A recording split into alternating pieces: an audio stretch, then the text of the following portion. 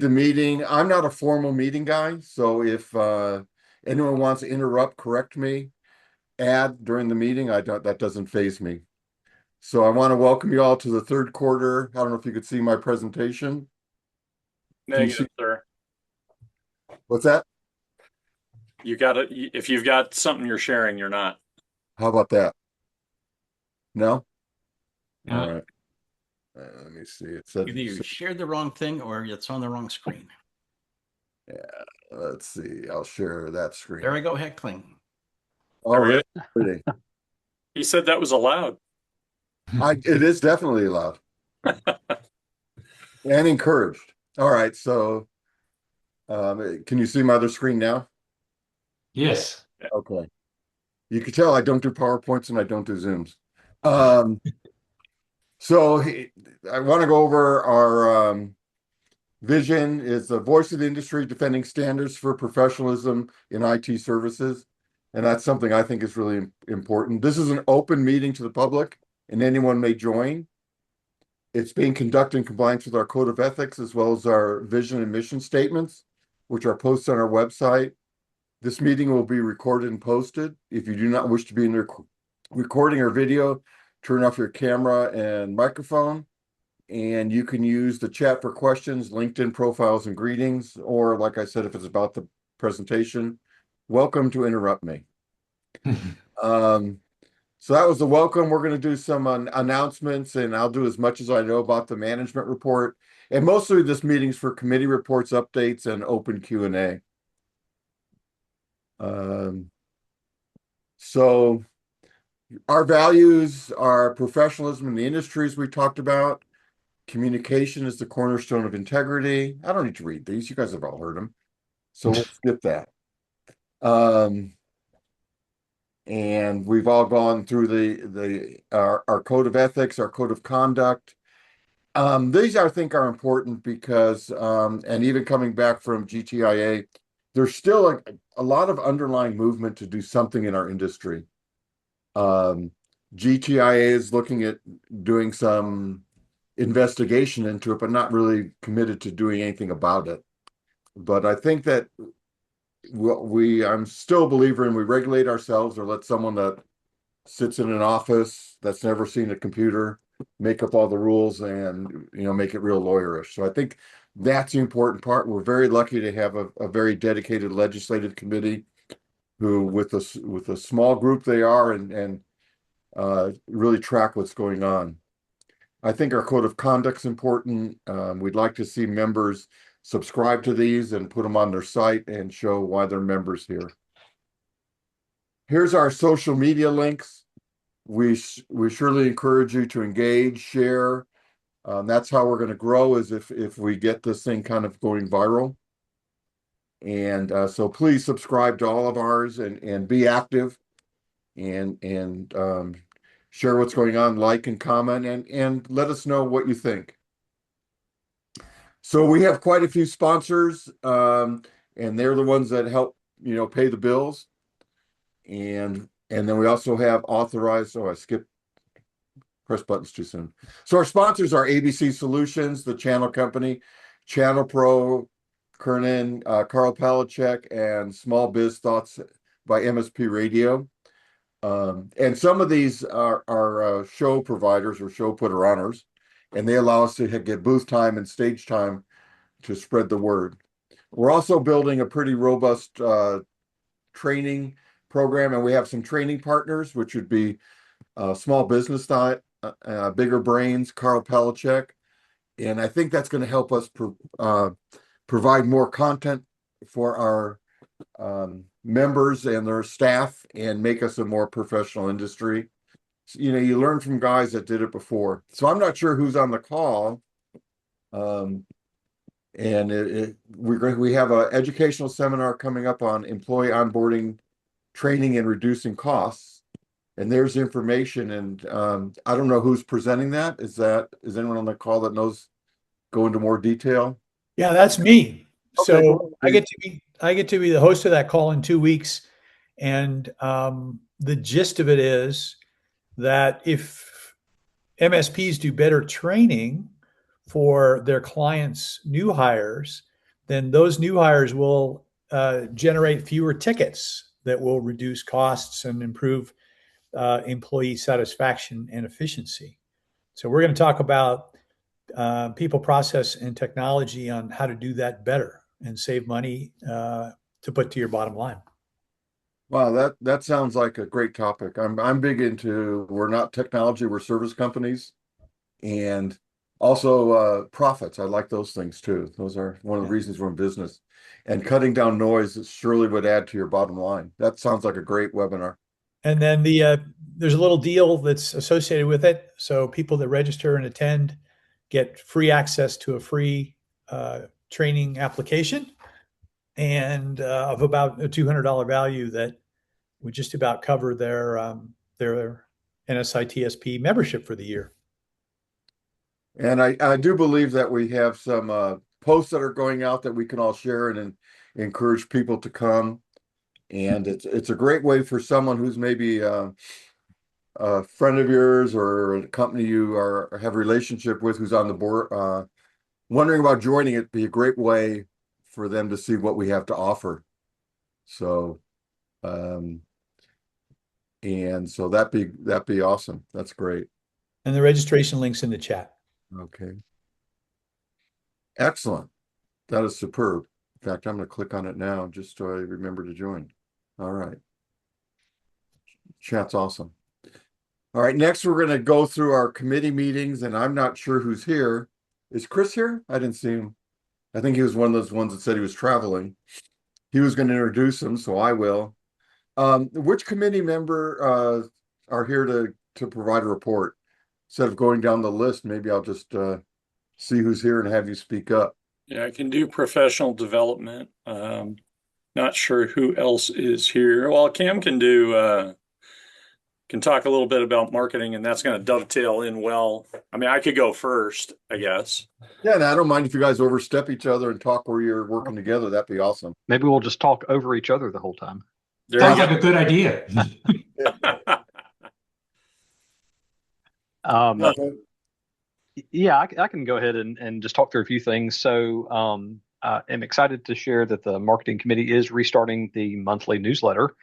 And there was a call for content that went out a few days ago. So we're aiming to get that sent next week. And then on an ongoing basis, that'll be sent kind of mid-month. So for any committee chairs or the board, you'll start getting a regular call for content there about a week before we're looking to send that out. So that's in progress. We have been working with a professional development committee to plan the promotion for the authorized training partner program. So that's going to kick off. There's a series of emails and social posts that we're planning to kick off. Some of that is going to be a little more targeted to potential partners, and then some of it will be more public for member consumption. So those promotions will start kicking off this week is the plan for that. I'm excited to promote the professional development committee's work on that. I know they've put a lot of time and effort into that. It's been a long time coming. We're also working with membership committee to plan the promotion. I don't think anything's been finalized just yet, but we're getting close, I believe, for the member virtual social hour that's coming up soon. So look for more information on that coming soon. You have also seen an email, I think it went out last week, or maybe Monday morning, to promote the webinar that's coming up. So we're trying to get the word out for that, make sure we've got plenty of time for people to register and get that on their calendars. One of the things that we are working on, just as we start to ramp up some of the communications and emails, trying to go through and enable some more granular preferences as it relates to the emails that you're interested in receiving. So I've gone through and added a couple of topics in our email campaign platform.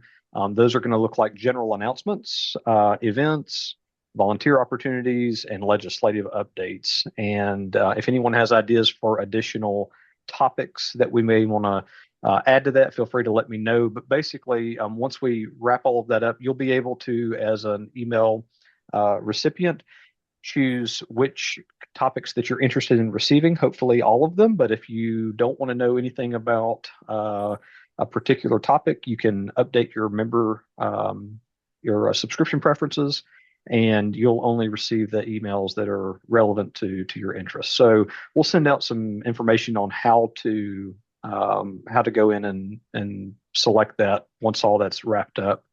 But that's in play. And then just the only other thing, the marketing committee has been continuing to try to promote the organization in other channels. Marvin B., who runs the IT Business Podcast, I don't see Marvin on the call today, but he has focused on kind of some NSITSP news highlights. At least once a month is the plan on his podcast. And so you'll get a link to that podcast in the newsletter that goes out next week. But if you're not subscribed to his podcast, it's a great opportunity to keep up with things that are happening in the channel and with NSITSP. I don't know how he manages to produce so much content. I wish I had the dedication and the ability to pump as much stuff like that out as he does. But it's definitely worth subscribing and checking out if you haven't. Excellent. And I guess that segues into Eric. And by the way, I saw I got my first badge. So badges are out. Yeah, badges have been out actually for a little while. We're working on I think some degree of automation on that on the website side, but that's not really me, so I shouldn't be talking about that.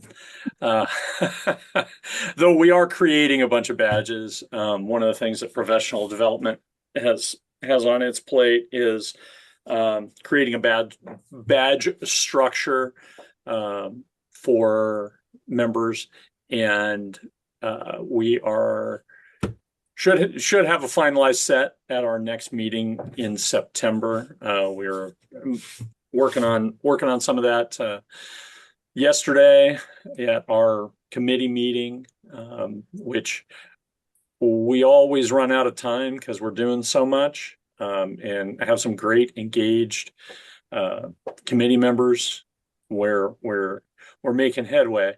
We have actually soft launched the training element for our members that will allow you to have not only yourself, but potentially your employees, if you are above the single professional member, which I encourage because it's super cheap. It's like $25 extra or something to help your team get certified as well.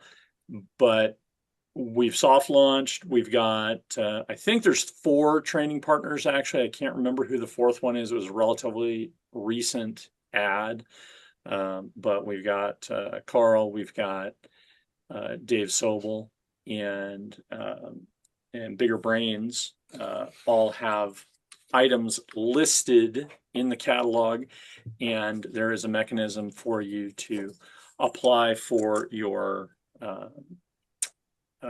get your training CEUs in and added to your account. That all works, and it automatically authorizes it, and then we'll review things that have been submitted on a periodic basis to make sure that what's been submitted is actually legit training.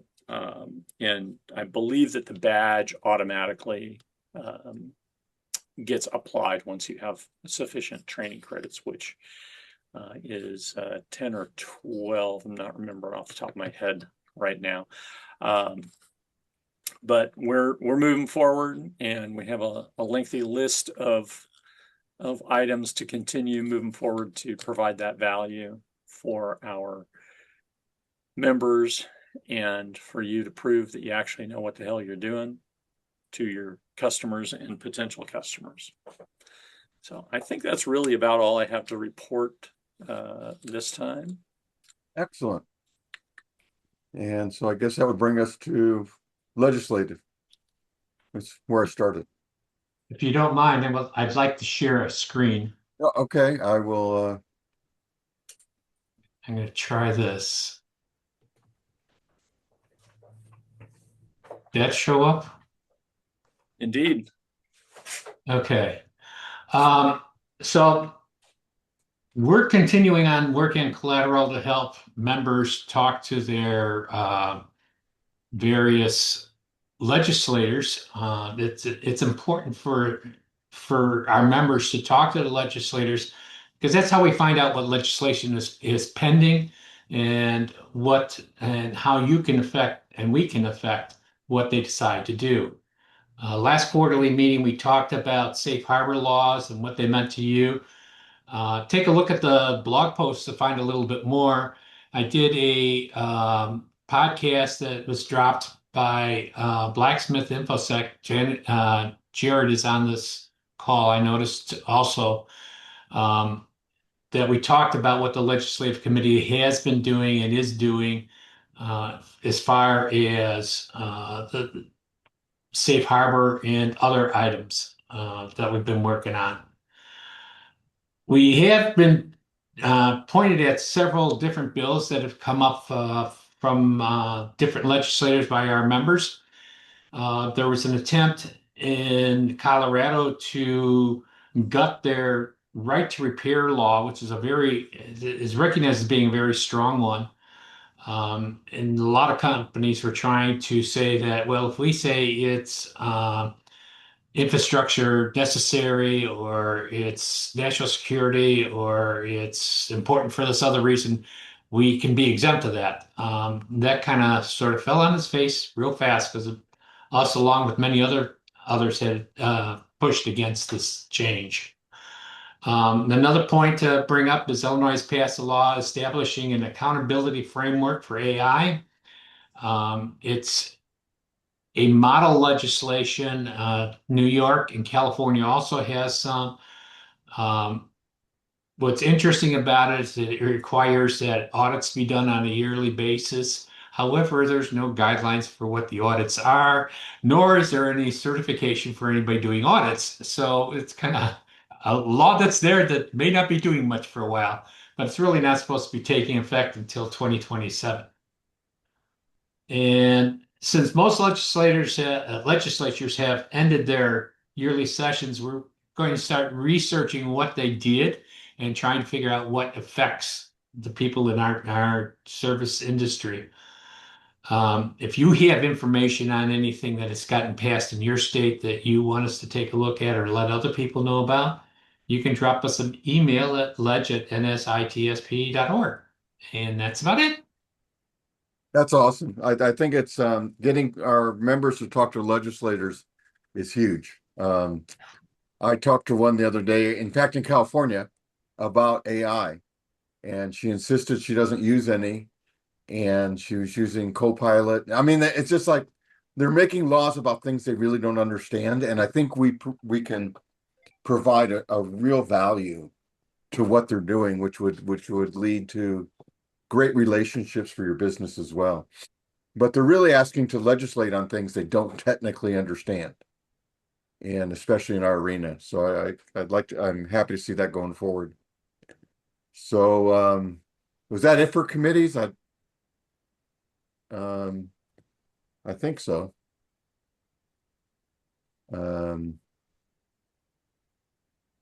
No one else is here from our committee.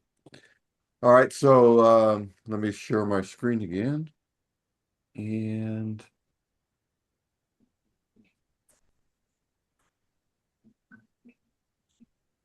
so next up, we're gonna, any open discussion, Q&As, anything on anyone's mind, is kind of a free for all or a battle royal. And I don't see any. So this slide shows all the interesting links, are how to join, where the education is, where the vendor is. The most important one, I think, for a lot of us is that list of meetings, because a lot of times people say, I didn't know that was going on. And there's a real easy to use calendar right there that you can sign up and join. And if you forget your link at the time of the meeting, you can click on it to get into the right Zoom. And sometimes there's wrong Zoom links going out.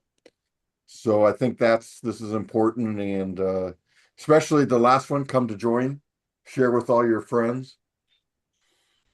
So what we're looking for is from our membership, and you guys are pretty much deep in this, but helping to maybe we encourage other MSPs to join and really join and get involved. I think it should be a two-phase sentence. It should be join and get involved. Because I think if they don't get involved, then when it comes time to pay their dues, they don't even know why they're paying it. So, I think it'd be great for us to help encourage other MSPs to come join, get in a committee, join, attend professional development opportunities, engage in our advocacy. If you get involved in advocacy, that's to me, in my background, that's a huge business boost too. That helps you become some kind of like the who's who in your area. When legislators call on you to speak at different events they're holding as the IT expert, you take that where you want to go with your marketing and sales. But that's a nice intro.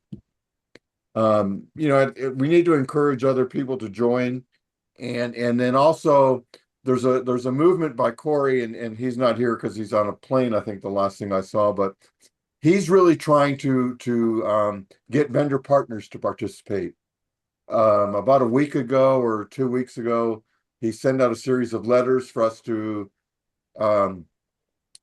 kind of bastardize and send out as our own. I was looking at him and I was changing the first paragraph for when I send him out saying, I've been one of your customers for years, trying to tie it into why I'm sending it. I've used your product for years. I think you'd be an asset to this industry. Otherwise, the rest of the letter is like really, really good. And those are out there. I'm not sure if they're in the docs, but I'll find out when Corey gets back. But he sent them out an email, and getting more vendors to support us would surely help us grow and put us over the hump. So I know we're ending early, but I'm a big believer in giving time back. So unless anyone has anything else they want to bring up. Yeah, I got a couple quick questions. Excellent, Steve. I put them in the chat. Just 30-second update on the schedule for the elections in November, December, January. If someone could provide that. And then my second question has to do with the recent trade shows. What sort of has been the scuttlebutt in the news, the gossip that coming out of those shows? What are the headlines? And then maybe a third question. GTIA announced a new committee, and I'm just curious if there's any information background on that. Thanks, Carl. So I'll let Carl talk about the elections, because even though I was following it, I think the new calendar we kind of modified. As far as events, and this is, I only attended GTIA. I don't like to go to a lot of events, but I saw the emails flying back from people coming back from ChannelCon saying they were handing out cards, which and talking to people, and the feeling was each one of them thought they got 5 to 10 people interested. Steve, I think what we talked about back when in your presidency, I think we need to close the deal then instead of figure out a way to, have them sign up right when they think they're thinking about it versus here's the card and sign up later, because I think that gets stuck in your bag of stuff you got from the show that you never follow up on. And that's the same complaint I get from other vendors is unless they sign you up at the booth, you're probably gone till next show. So I think that's an important part. So I was at GTIA and I talked about the new committee. I think there's a chance for us to collaborate together. Corey said he was talking to GTIA leadership. I think he's on their board or their advisors or whatever their structure works. It's in talking to them and that they're doing more of an exploratory of let's tell our members what could possibly happen with legislation and the different qualifications being talked about. I saw a place where I think there's a handoff, and Corey and I talked for a little bit at GTIA, and he said that's the same thing he's talking about. As people sit there and go, "Oh, that's alarming," that could put me out of business. Some of the legislation that's pending is really segueing over to us, and go to Ted's shop on how to talk to your legislators and and move forward that way. So I'm going to get with Corey. We talked about getting together this week, but he was at another show, but having a discussion on how to really close that loop and make us a solid offering. And he's even talking to them about something like you join GTIA, they subsidize a 1-year membership into NSITSP, and then it's probably incumbent upon us to have them stay as members, and that's what we'll do through professional development. So that's what I know. If anyone else knows more than I do, which could be anyone, go ahead, chime in. And then Carl, do you want to talk about the election cycle? Or you put it in? You're muted, Carl. Elections are Yes. private. Yes. So I'm just about to put up the blog post on this, but basically, between the governance committee and the board, they decided to extend everyone who's currently serving, extend their term till the end of the year, so December 31st. And then we've moved the elections so that new officers will take office on January 1st, and it will finish on December 31st.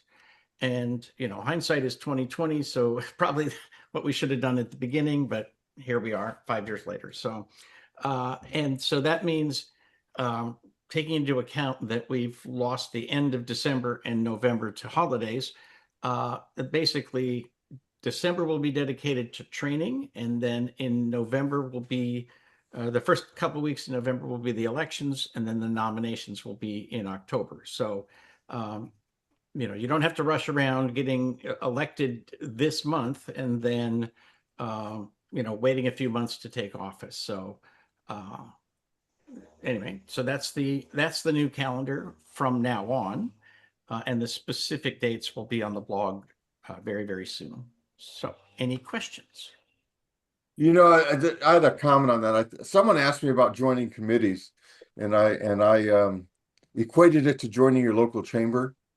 That if you just join as a member, you're probably not getting your value. That joining the committee and creating the relationships and probably moving off over multiple committees till you find one that really fits is probably something and it's a great way for someone to parlay into leadership if that's something they're interested in doing. So I think that's an important thing we need to push for people. And now I open chat, so I'm following it now like I should have from the beginning. I don't see anything else. My only comment, Carl, would be the first meetings for elected people would be January. The first, yes, they would take office in January, but in December, the goal is that they would meet Do all the with training. their other committee so that, you know, they're familiar with what that committee looks like and so forth. I mean, chances are it'll be somebody who's already familiar with the committee, but we can't, you know, we can't say that that's going to necessarily be the case, because new people do show up all the time and serve on committees because they heard Keith say that. So I'm going to end this with something that kind of enforces why we should do legislation. I just got a notice. That's what I was looking at. We got approved for a cyber and AI apprenticeship program and also machinist. And that all happened through advocacy, through legislation, where those in the developmentally disabled or special needs, whatever the proper political term is these days, will now get free tuition at community colleges. So I just want to say that that's the value of advocating. And a lot of people say, I'm one guy, we don't have any voice with legislators. And that started with Ryan, my son, and I, and 2 years of advocating, and we just got notice it's approved. So it's not an incredibly huge hurdle like some people think. And I think Ted will attest to that too. No, I mean, there's so many people afraid of advocating and get involved with legislation that the pool is not huge. You can get space time, you can get voice time, you can get the legislator.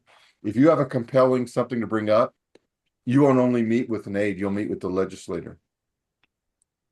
And the thing to remember is that legislators are people too. They're not all the corrupt politicians that we all hear about on the news every day. And I come from Chicago, so I'm familiar with this. I'm not sure you can make Uh, that statement from Chicago. Yeah, well, Keith and I are from the Inland Empire, and we've had our share of FBI raids lately too. Yeah. but most of them are get into the legislature and because they really want to help people overall. And if you talk to them, they'll be willing to work with you. And it usually means you start out with a staff member, finds out whether uh, you're a real person or not. Let me phrase it that way. And it goes from there, and the relationship's built. That's all I can tell you. Well, and also a lot of, I won't say every because I don't know that for a fact, but a lot of states, if you go to the state legislature's website for the House or Senate or whatever, you know, assembly, whatever it is, they have a place where you can say, hey, I want to state my position on a bill or on a topic. And you just fill out a form and you hit submit. And those things are not ignored. They may not be, the same as you writing a personal letter, but they are definitely not ignored. Because the legislature, they get reelected by paying attention to what people actually care about, believe it or not. And not that many people respond to them. So somebody responding means that, well, that's somebody who really cares. Right. And also, there's a lot of times there's a form you can say, hey, I want to talk to my legislator. Like, I want to have a meeting with my legislator. And, as was mentioned, you might start with a staff member, but depending on the size of your district and how busy they are, they might just say, oh, yeah, meet me at my local office. Yeah, I think that's great. Or Anyone else? meet for a cup of coffee. Yeah. Yeah, and they will help promote you because legislators hold a lot of meetings, especially on things that are hot topics like AI, cybersecurity. And they kind of invite you and you stand there and they go, this is kind of the expert, and it's a great supplement to what you're doing. Anyone else? Or Steve, do you have more? Or? Yeah, let's just open a can of worms and ask what the NSITSP view is on data center building across the United States. You know what? It's funny. Carl and I were talking about that before the call started because it's going on in Riverside. And one of the councilmen wanted to write a blanket ordinance that there will never be data centers. Now, the motto of the city of Riverside is the city of arts and innovation. And personally, Well, I mean, arts only. what graffiti is art. Yeah, anyway. that's right. Right. So, my opinion on it, which may not be I think that's the dumbest thing ever. You may not, I'm not saying you should put them everywhere or even put them in the city, but to blanketly say no before you see the offer, I think is restrictive. There are legislators take unscrupulous advantage of municipalities because municipalities let them do it. And they're not the only industries that walk in and get these, one company moved into Riverside and got $4.6 million to provide 4 jobs. I'd be better off just handing those people cash. So I think there's a balance there. I think that their data centers, technology companies are taking whatever put on the table, and it's up to us to push back and get, better deals. You could improve instead of having it be a drain on your grid. If you structure the deal correctly, it could help supplement a grid. But I think you have to have smarter people than maybe are elected in local small municipalities negotiate those deals. My actual opinion on it is I'm not against data centers. I'm not for data centers. What I am for is for local officials and those people who are doing the zoning laws to actually look into the subject, figure out how it's going to affect their area and react to it. It's just like putting up back where I lived in Illinois, there was a big fight about putting in a distribution center across the street from a residential area, and everybody got really ticked off on it. And that it got the whole plan got blown up from that. But the point is that they need to find out what their local population thinks about it, and what their facilities within their area can handle. And that's a combination of all of it. It's got to be planning. It can't be just let's just build it here in this farm field because we got a farm field I bought today. That's not going to be quite the way to do that. So it's a planning type function that needs to be done ahead of time. And that's why a lot of places, at least here in North Carolina, a lot of the counties are pushing, not they're saying no data centers, but they're putting a moratorium on it while they can figure out how these are really going to affect us and where it's going to and how it's going to build into our community. And You once know, again, maybe this a is a great- topic that legislators don't know about, but they have to deal with the topics that come in front of them. So even if they're not educated, they will vote. They will come up with legislation and they will vote. So we need to be involved in that conversation. That literally is one of the cries from when this organization was first founded. If people are talking about us, we should be at the table. You know, I think it's interesting, Steve, that you normally come up with these great ideas and get us all to agree to them. This would make a great debate in one of our forums, because I'm sure it's pretty well divided. I'm sure there's people that are in the never build one again camp, which means they'll be built somewhere. Yeah, but I And- still want to use AI. Yeah, and they're going like, and I think it'd be a great thing to discuss back and forth, and even come up with what are the things that legislators should look at to create the safest possible data center environments. You know, how can that be mitigated? It's an interesting topic that could spawn a lot of ways, Steve. I think it's a great one to bring up. We'll be Right. talking about it at our next committee meeting. Yeah. You caught that, Andrew, didn't you? Yeah, I think that'd be a great committee meeting to really publicize and get a lot of our membership in, and allow it to get a little heated and people express their opinions. And Well, I And know they- it's topical for November elections. So now is the time that the debate's going on, and the voice of the MSPs, the tens of thousands of MSPs, should be heard on the issue. you know, and don't quote me on the exact number, but I thought at one of the debates someone said in the last election cycle, all 34 restrict data center bills were passed in the country, which means some other country's going to build them all if we don't do, you know. So that's a little alarming too, that they're just passing never here. It's almost like prisons, right? And that's, you know, it's like everyone says we need more prisons, or a lot of people say we need more prisons, and you go, but not near me. You know, or we need more warehouses to get business going, but not near me. Right. Yeah. Well, we all throw our trash out at home, but that doesn't mean we want, Yeah. the dump built next to our neighborhood either. There has to be where I live in Southwest Florida, we deal with this a lot with a lot of different types of development, particularly because of weather. And my thing about it is always it needs to be appropriate. If it's something that is a needless strain on the people who are there and the infrastructure and the natural resources available, probably not the best place for it.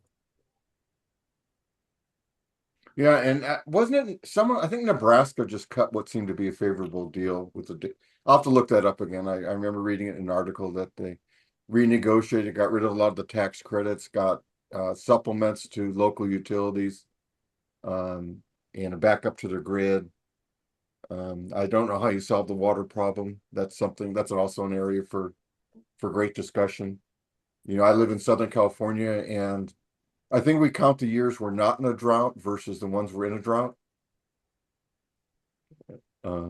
So that's a great topic, Steve. You've always come up with those. I think that's awesome. Well, now that I've stirred the pot, I'm going to jump off. Okay. But Exactly. That's, Throw the hand grenade that's into the awesome. porridge. but Cameron, I'd love to chat with you about how we promote that debate in the MSP community. Well, I was just sitting here thinking, like, this is great conversation, and I was just trying to figure out how do we have more conversations like this in real time that's not just on a quarterly member meeting, or maybe not limited to a committee meeting. And I don't have the answer to that, but like, I think, anybody here that's active in the ASCII forums, right? How can we replicate something like that? I know we have our forums. Admittedly, they're a little, clunky, and you got to go find them.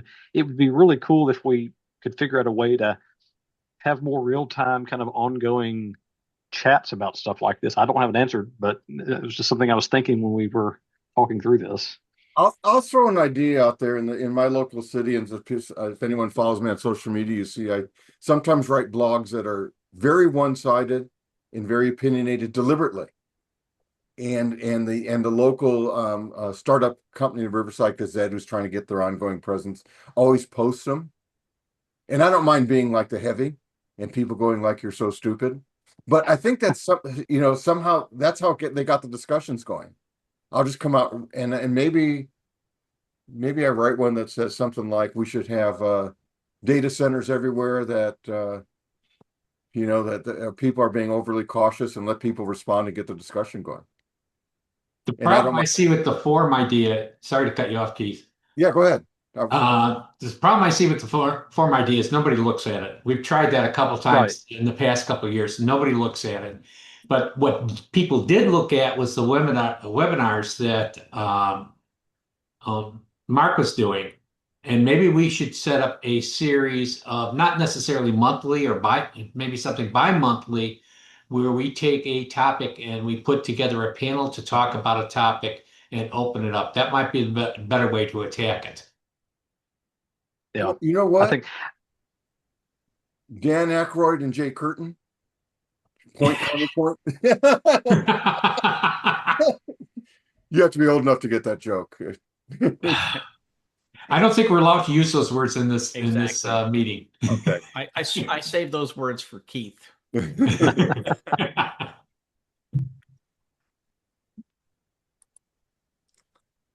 Right. This is supposed to be a family show, sir. But anyway, Steve mentioned in the chat maybe we should drag Marvin in for a podcast. That would make for a good piece there as well. So maybe we can convince him to do that.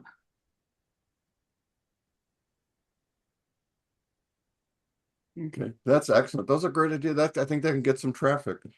And like I said, if you need someone to be like the outside guy, I'm good at playing that role. Well, that's it. I think we nothing else. We'll call the meeting concluded. And Eric, I'm still in charge even after this meeting's over. Perfect. I've got some bills to send over to you. You can take care of those. We could probably just take a vote. Keith ran such an efficient meeting. We could probably vote right now to continue that and just make you in charge of every future quarterly meeting. I think just in charge of everything, and then he's just going to pull an Alexander Haig and say that he's in charge and be done with it. Yeah. You got to be old enough for that one too. And I could say it as serious as he did. I thought his delivery at that point was awesome. If you recall the news conference, it was said with some great confidence. Yeah. Well, excellent. What do you expect out of former military? Yeah, that's true. I have a friend that's on city council from military. That's awfully very frustrating for going from an officer to someone that has to listen to other people's opinions. Yeah. Well, great. Thank you guys all for participating. And until the next meeting, I'll continue to be in charge. Thank you. Take care, everybody. All right. Thank you all. Okay.